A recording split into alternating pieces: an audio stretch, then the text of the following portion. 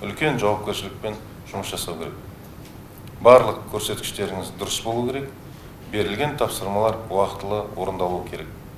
Ауданды көркейтумен, көгалдандырумен, абаттандырумен айналысу керек. Ауданда қоғамдық саяси ахуал тұрақты болу керек.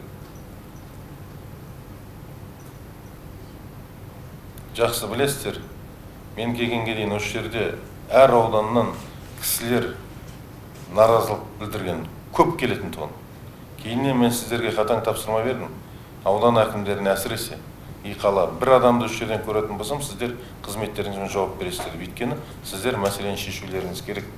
Ауданда ол сыртқа шықпау керек. Шешілмеген жағдайда, қолдарыңыздан келмесе, құзыреттеріңіз жетпесе, алдын ала айтып, келісіп, біздің кестеге сәйкес қабылдауға алып келулеріңіз керек. Біз көмектесеміз, жауапкершілікті аламыз мойнымызға. Қолдан келсе шешіп береміз.